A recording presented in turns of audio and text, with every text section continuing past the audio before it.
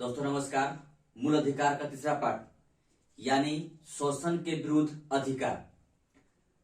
देखिए, शोषण के विरुद्ध अधिकार में दो अनुच्छेद हैं, 23 और 24। इससे पूर्व हम लोगों द्वारा देखें कि समता का अधिकार या समानता का अधिकार और स्वतंत्रता का अधिकार दो पढ़ चुके, हम लोग देख चुके हैं, उस पर चर्चा कर चुके हैं। जितना भी हो सके पीटी बेस्ड क्वेश्चन जो भी जहां तक संभव हो सका मैंने कोशिश किया आपको बताने के देने के लिए।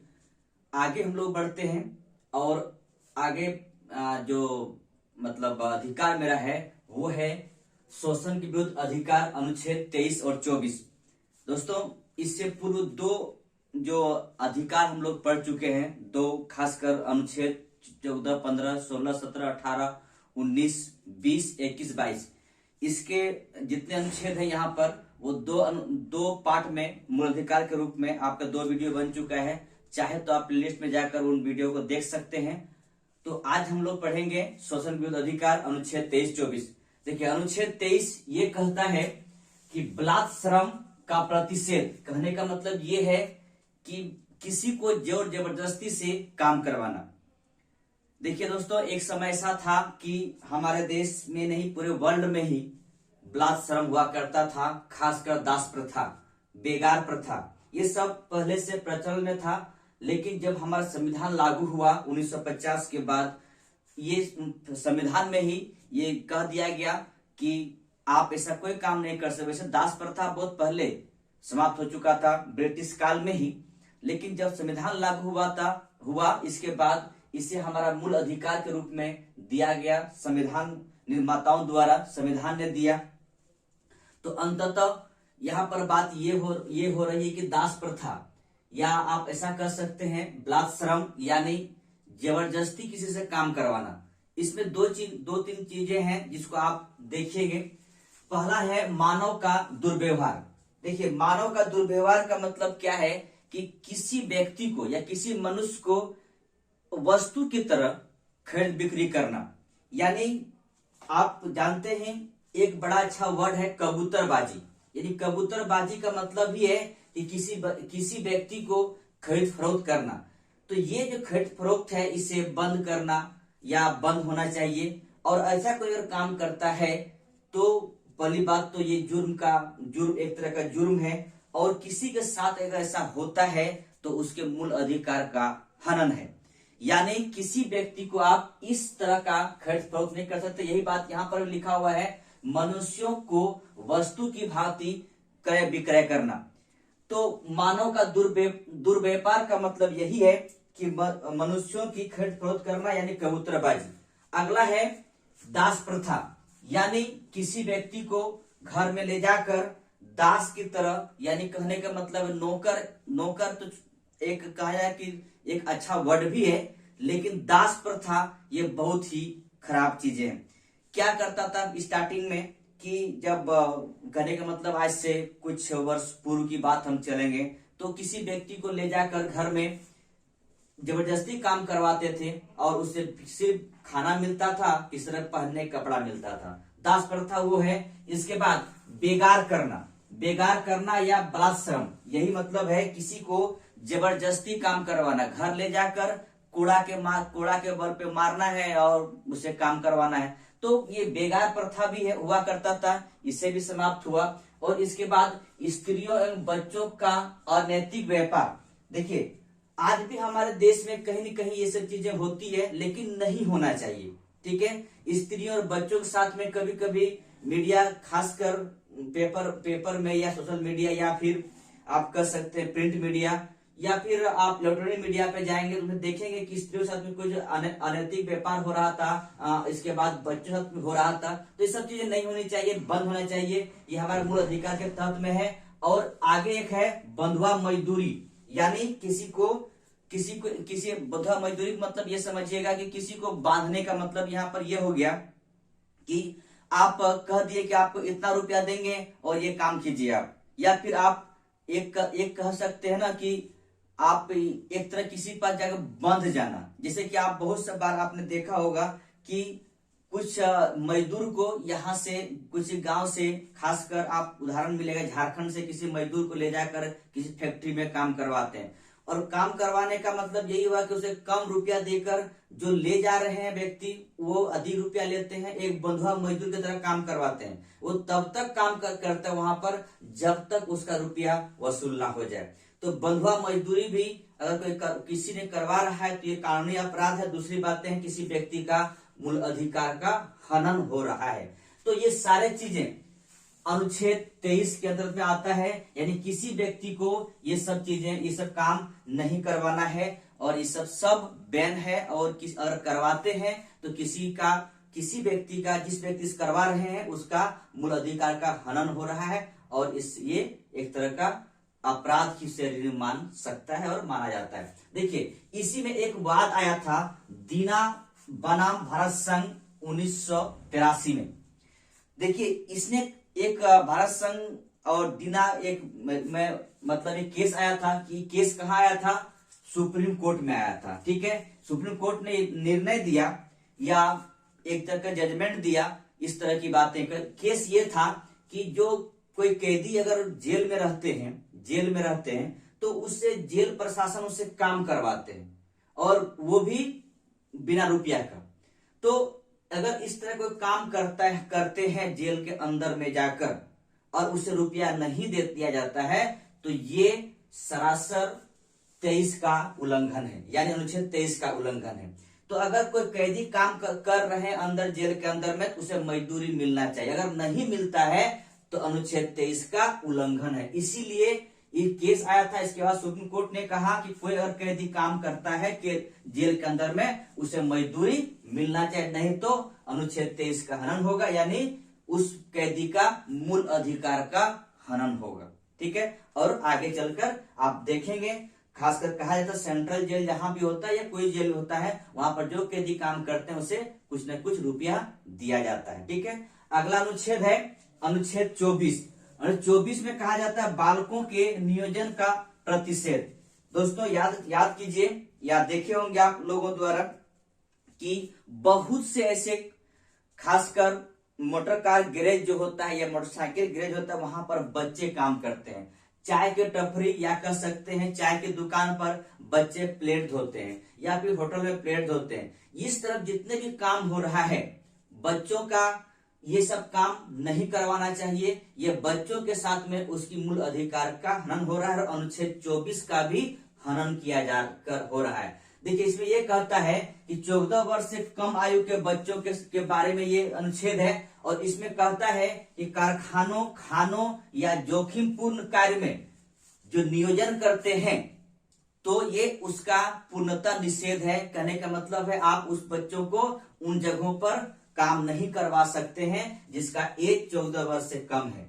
14 वर्ष से ऊपर के बच्चे, 14 वर्ष से 18 वर्ष के बच्चे को कुछ काम करवा सकते हैं, वो भी गार्जियन की सहायता से, यानी उसके पेरेंट्स बोलेंगे तो हो सकता है। वो भी बहुत, कहने का मतलब बहुत जोखिमपूर्ण काम नहीं होना चाहिए, लेकिन 14 वर्ष से कम आयु के बच्चों को ये काम नहीं करवा सकते हैं और करवाते हैं तो उस बच्चे का मूल अधिकार का हनन होती है। दूसरा एक चीज आप ध्यान रखेंगे, यह जो निषेध है यानी ये कारखाना, खान और जोखिमपूर्ण जो जहां पर काम हो रहा है, जो निषेध किया गया है ये अत्यांतिक है, यानी कहने का मतलब एब्सोल्यूट है और इसका कोई भी अपवाद नहीं है। कहने का मतलब है कि जैसे कि किसी अपवाद देखते हैं कि ये अपवाद है, यहाँ पर कोई अपवाद नहीं है, यानी साफ साफ ये समझिएगा कि बच्चों को काम नहीं करवाना है तो नहीं करवाना है। ठीक, और 14 वर्ष तक बच्चों के लिए बहुत सारी चीजें लिखा हुआ है। 21A में दिया हुआ है कि बच्चों को पढ़ना चाहिए और पढ़ाना भी चाहिए। सरकार ने ये व्यवस्था भी कर रखी है कि बच्चों को निःशुल्क शिक्षा दिया जाएगा। तो आप जब निःशुल्क शिक्षा दिया जा रहा है तो फिर बच्चों को काम करवाने का मतलब बनता है, मतलब ये होगा कि आप बच्चों से काम नहीं करवा सकते। दोस्तों ये 2 अनुच्छेद है, शोषण के विरुद्ध अधिकार है, 2 अनुच्छेद है। इसको बहुत बार प्रत्येक एग्जाम में पूछा जाता है, तो इसको याद करने एक ट्रिक में बता रहा हूं आप लोगों को। 23 कहता है बाल श्रम और 24 कहता है बच्चों को काम से निषेध करना, यानी काम को रोकना। तो देखिए इसको याद करने तरीका है 23 बाप और 24 बेटा, यानी बाप का मतलब यहाँ पर हो गया, पापा का मतलब यहाँ इस बात का हो गया कि ये इसमें बड़े आदमी के लिए है और 24 में छोटे बच्चों के लिए। तो पापा और बच्चे वाली कहानी है, बाप और बेटा वाला कहानी है। ठीक है, तो याद करिए कीजिएगा दोस्तों कि पहले बाप होगा फिर बाद में बेटा होगा। ठीक है, तो ये था शोषण के विरुद्ध अधिकार। अब हम लोग आगे चलते हैं और अगला अनुच्छेद को देखते हैं। दोस्तों हम आगे चलते हैं और अगला मूल अधिकार के पाठ के रूप में है आपके पास, ये है धर्म की स्वतंत्रता का अधिकार। यानी ये 4 अनुच्छेद यहाँ पर है, 25, 26, 27, 28। ये चारों धर्म से रिलेटेड है, धर्म से जुड़ा हुआ है। तो इसी तरह हेडिंग भी आपके पास है, धर्म की स्वतंत्रता का अधिकार। यानी 25 अनुच्छेद 25 में ये कहता है कि अंतःकरण आदि की स्वतंत्रता। देखिए अंतःकरण यानी यहां पर आप इतना समझिएगा कि किसी व्यक्ति को अपनी आंतरिक आत्मा से जिस धर्म को मानने की इच्छा कर रहा है आप मानिए। ठीक है, आपकी अंतरात्मा क्या कहता है? आपका अंतरात्मा कहता है कि मुझे ये मानना है, उस धर्म को मानना है, आप मान सकते हैं। इसके बाद उस धर्म आगे धर्म को आबाद रूप से मानिए। यानी कहने का मतलब है कि आप कोई बिना रोक टोक का वो धर्म आप मान सकते हैं, किसी भी धर्म को मान सकते हैं। इसके बाद उसका आचरण कीजिए। यानी कहने का मतलब है उस धर्म में आपको जो रीति रिवाज के साथ जैसे आपको पूजा पाठ करना है, जो भी करना है आप कीजिए, उनके उसी धर्म के साथ करना है। ठीक है, आप उसका आचरण कीजिए, उस धर्म का प्रचार प्रसार भी कीजिए, उस धर्म के बारे में किसी को सुनाइए, अपने तरफ आकर्षित कीजिए। ये सब बातें हैं। यानी 25 आपका अनुच्छेद 25 ये कहता है कि आप किसी धर्म को मानिए, आपकी इच्छा के ऊपर है, जो धर्म मानना है मानिए, किसी को कोई प्रॉब्लम नहीं है। आप उस धर्म के साथ अच्छे से आबाद रूप से मानिए, बिना बाधा के रूप में मानिए, उसका आचरण कीजिए। यानी कहने का है कर्मकांड करना है कर्मकांड कीजिए। इसके बाद जैसा जो करना चाहते हैं वो कीजिए। इसके बाद उस धर्म की प्रचार भी कीजिए, प्रसार भी कीजिए, अपने और आकर्षित भी कीजिए। लेकिन ध्यान रहे दोस्तों, एक बात ध्यान रखेंगे कि किसी प्रकार का प्रलोभन देकर आप किसी व्यक्ति को अपने धर्म के तरफ, अपने धर्म के तरफ आप नहीं ला सकते। अगर लाते हैं तो ये गलत है। ये इस अनुच्छेद में इस चीज का अपवाद है कि आप पैसा देकर या किसी चीज का प्रलोभन देकर आप किसी व्यक्ति को अपने धर्म की तरफ आप उसे आकर्षित नहीं कर सकते हैं। ठीक है, तो आप प्रचार प्रसार कर सकते हैं, कोई दिक्कत नहीं है। आगे बढ़ते हैं, अनुच्छेद 26 ये कहता है धार्मिक कार्यों के प्रबंधन की स्वतंत्रता। यानी कहने का मतलब ये हुआ कि आप धर्म मानते हैं, जिस धर्म को मानना है मानिए, इसके बाद आगे उसी धर्म का प्रबंधन कर सकते हैं। लेकिन दोस्तों ध्यान रखेंगे, यहाँ प्रबंधन में किसी व्यक्ति को नहीं दिया गया है, व्यक्ति को नहीं बल्कि धार्मिक संप्रदाय को दिया गया है। ठीक है, धार्मिक संप्रदाय को दिया गया है कि आप प्रबंधन कर सकते हैं, करने में कोई दिक्कत नहीं है। राज्य उस पर किसी प्रकार का कोई हस्तक्षेप नहीं करेगा। लेकिन अगर ध्यान रहे इस बात को लेकर कि आप धार्मिक संप्रदाय को आप लेके चल सकते हैं, आप प्रबंधन कर सकते हैं और आगे उस धर्म के साथ में जुड़े रह सकते हैं। अगला अनुच्छेद है आपके पास है अनुच्छेद 27। ये कहता है धार्मिक अभिवृद्धि हेतु कर से मुक्ति। देखिए आप सिंपल सी बात समझिएगा कि अगर आप कभी घर में रहे होंगे, घर में तो रहते ही हैं, ठीक है, अब पढ़ाई के लिए कोई बाहर निकल जाते हैं घर से, तो फिर घर का जुड़ाव थोड़ा कम हो जाता है। लेकिन बहुत ऐसे भी होते हैं जो घर में रख पड़ते हैं। आप देखते होंगे या फिर आप जहां भी रह रहे हैं वहां पर देखते होंगे कि किसी धर्म का लोग आपके पास, किसी संप्रदाय के लोग आपके पास आएंगे और पर्ची काट के देते हैं कि मुझे इसका चंदा दीजिए। वो चंदा अगर 500 रुपया लिखा है तो आप उसको 5 टका दे देते हैं, ये लो 5 रुपया लो और जाओ।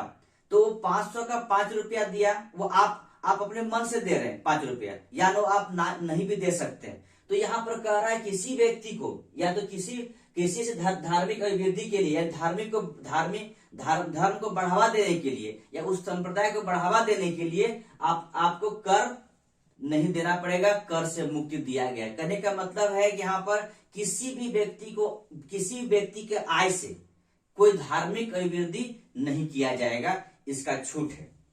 लेकिन दोस्तों एक चीज और याद रखेंगे, अगर आपसे शुल्क लिया जा रहा है, राज्य सरकार अगर कभी आपसे शुल्क लिया जा रहा है तो कर और शुल्क में अंतर है।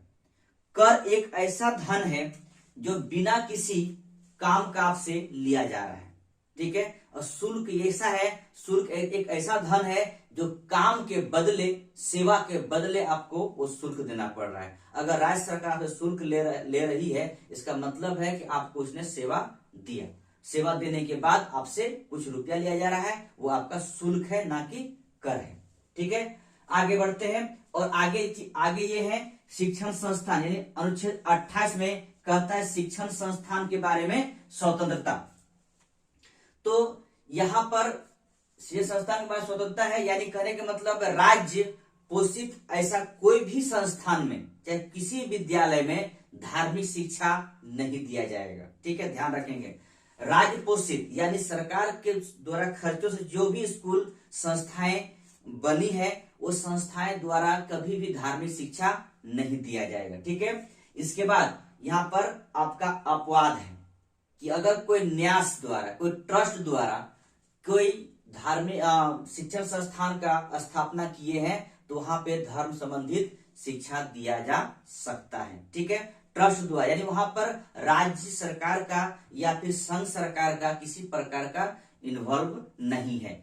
आगे ट्रस्ट अगर कोई शिक्षण संस्थान का स्थापना करता है या करती है तो वहां पर धार्मिक शिक्षा दिया जा सकता है। और आगे 28 का 3 में ये कहता है कि राज्य मान्यता प्राप्त स्कूल या संस्थान या विद्यालय अथवा राज्य निधि से सहायता प्राप्त कोई भी संस्थान में अगर धार्मिक शिक्षा दिया जा रहा है तो वहां पर पढ़ने वाले बच्चे उस धार्मिक शिक्षा के साथ में वो जो भी उसके कर्मकांड है वो करने के लिए मजबूर नहीं किया जाएगा। ध्यान रखें दोस्तों, ठीक है, याद रखेंगे कि अगर कोई ऐसे विद्यालय है जहां राज्य मान्यता प्राप्त है या राज्य निधि से सहायता प्राप्त विद्यालय है, उन विद्यालयों में अगर धार्मिक शिक्षा दिया जा रहा है तो उस धर्म के साथ में जो कर्मकांड है, जो भी उसकी रीति रिवाज है, जो बच्चे वहां पढ़ने जाते हैं वो बच्चे उस रीति रिवाज को मानने के लिए बाध्य नहीं किया जाएगा। और अगर छोटा बच्चा है, अगर उससे ऐसा करवाना चाहते हैं तो उससे, उसके गार्जियन से, उसके पेरेंट्स से आपको सहमति लेना पड़ेगा, तभी आप ऐसा करवा सकते हैं। दोस्तों याद कीजिएगा, मैं अनुच्छेद 19 का 1 का बी या ख में कहे थे कि कुछ चीजें निरायुध के बारे में आप किसी सम्मेलन कर सकते, कहीं धरना दे सकते हैं, लेकिन वहां पर निरायुध में होना चाहिए, मतलब कहने कोई हथियार नहीं होना चाहिए। देखिए यहाँ पर इसकी बातें हैं कि अंतःकरण की बात किया जा रहा है, धर्म के आबाद रूप से मानने की बात किया जा रहा है, आचरण के बाद प्रचार करने की बात किया जा रहा है। तो यहाँ पर सिख भाई अपना कृपाण लेकर जा सकते हैं, इसमें किसी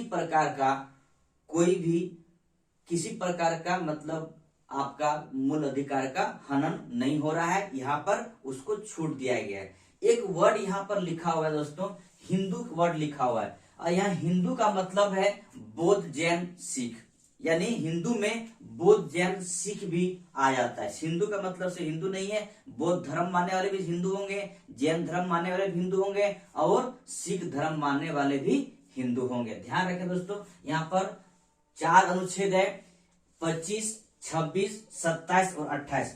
इसके लिए मैं आपको एक ट्रिक बताता हूं याद करने के लिए। इसे याद करेंगे तो याद नहीं हो पाएगा, ठीक है। अक्सर एग्जाम हॉल में लोग भूल जाते हैं कि 25 में क्या है, 26 में क्या, 27 में और 28 में क्या है। पहली बात ध्यान रखेंगे, 25 कहता है कि आप एक धर्म को मानिए, मान लीजिए कोई धर्म को, किसी धर्म को मान लीजिए आप, ठीक है, मान लिए कि हमने ये धर्म को मानते हैं, ठीक है, एकदम अच्छा से मानिए कि हम इस धर्म के साथ में चलना है मुझे। अगर आप उस धर्म को मान लिए, उसके बाद उस धर्म के बारे में आप प्रबंधन करेंगे, यानी कहने का मतलब है कि अगर हम हिंदू धर्म के व्यक्ति हैं तो मुझे मंदिर की आवश्यकता पड़ेगी, उस मंदिर को जाने के लिए कुछ न कुछ प्रबंध करेंगे, या तो संस्था करेंगे। अगर उस प्रबंध करना है तो रुपया की आवश्यकता होगा, ठीक है। तो रुपया का मतलब यहाँ पर टैक्स वाली बात आ गई, टैक्स है। इसके बाद अगर आप धर्म माने, प्रबंध भी किए, रुपया की भी बात आ गया, तो चौथा में क्या है कि आप शिक्षण संस्थान का।